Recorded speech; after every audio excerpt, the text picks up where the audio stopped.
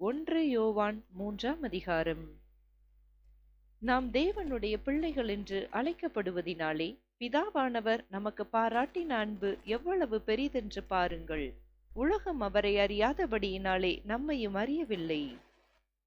பிரியமானவர்களே, இப்பொழுது தேவனுடைய பிள்ளைகளாய் இருக்கிறோம். இனி எவ்விதமாய் இருப்போம் என்று இன்னும் வெளிப்படவில்லை. ஆகிலும் அவர் வெளிப்படும்போது அவர் இருக்கிற வண்ணமாகவே நாம் அவரை தரிசிப்பதினால் அவருக்கு ஒப்பாயிருப்போம் என்று அறிந்திருக்கிறோம். அவர் மேல் இப்படிப்பட்ட நம்பிக்கை வைத்திருக்கிறவன் அவனும் அவர் சுத்தமுள்ளவராய் இருக்கிறது போல தன்னையும் சுத்திகரித்துக் கொள்ளுகிறான். பாவம் செய்கிற எவனும் நியாயப்பிரமாணத்தை மீறுகிறான். நியாயப்பிரமாணத்தை மீறுகிறதே பாவம். அவர் நம்முடைய பாவங்களை சுமந்து தீர்க்க வெளிப்பட்டார் என்று அறிவீர்கள். அவரிடத்தில் பாவமில்லை. அவரில் நிலைத்திருக்கிற எவனும் பாவம் செய்கிறதில்லை. பாவம் செய்கிற எவனும் அவரை காணவும் இல்லை, அவரை அறியவும் இல்லை. பிள்ளைகளே, நீங்கள் ஒருவராலும் வஞ்சிக்கப்படாதிருங்கள். நீதியை செய்கிறவன் அவர் நீதியுள்ளவராய் இருக்கிறது போல தானும் நீதியுள்ளவனாய் இருக்கிறான். பாவம் செய்கிறவன் பிசாசினால் உண்டாயிருக்கிறான். ஏனெனில் பிசாசானவன் ஆதி முதல் பாவம் செய்கிறான்.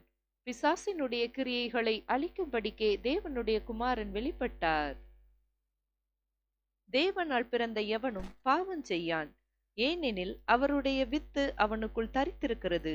அவன் தேவனால் பிறந்தபடியினால் பாவம் செய்ய மாட்டான். இதனாலே தேவனுடைய பிள்ளைகள் இன்னார் என்றும் பிசாசின் பிள்ளைகள் இன்னார் என்றும் வெளிப்படும். நீதியை செய்யாமலும் தன் சகோதரனில் அன்பு கூறாமலும் இருக்கிற எவனும் தேவனால் உண்டானவன் அல்ல. நாம் ஒருவரில் ஒருவர் அன்பு கூற வேண்டும் என்பதே நீங்கள் ஆதி முதல் கேள்விப்பட்ட விசேஷமாய் இருக்கிறது. பொல்லாங்கனால் உண்டாயிருந்து தன் சகோதரனை கொலை செய்த காயினை போல் இருக்க வேண்டாம்.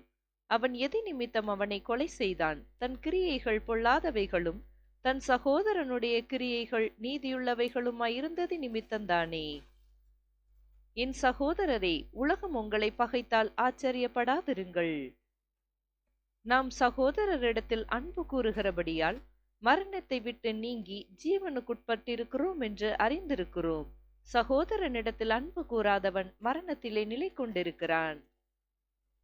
தன் சகோதரனை பகைக்கிற எவனும் மனுஷ கொலைபாதகனாய் இருக்கிறான். மனுஷ கொலைபாதகன் எவனோ அவனுக்குள் நித்திய ஜீவன் நிலைத்திராது என்று அறிவீர்கள். அவர் தம்முடைய ஜீவனை நமக்காக கொடுத்ததினாலே அன்பு இன்னதென்று அறிந்திருக்கிறோம். நாமும் சகோதரருக்காக ஜீவனை கொடுக்க கடனாளிகளாய் இருக்கிறோம். ஒருவன் இவ்வுலக ஆஸ்தி உடையவனாய் இருந்து தன் சகோதரனுக்கு குறிச்சொல்லுண்டென்று கண்டு தன் இருதயத்தை அவனுக்கு அடைத்துக் கொண்டால் அவனுக்குள் தேவ அன்பு நிலை கொள்ளுகிறதெப்படி?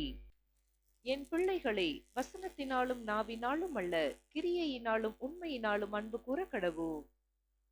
இதனாலே நாம் நம்மை சத்தியத்திற்குரியவர்கள் என்று அறிந்து நம்முடைய இருதயத்தை அவருக்கு முன்பாக நிச்சயப்படுத்திக் கொள்ளலாம்.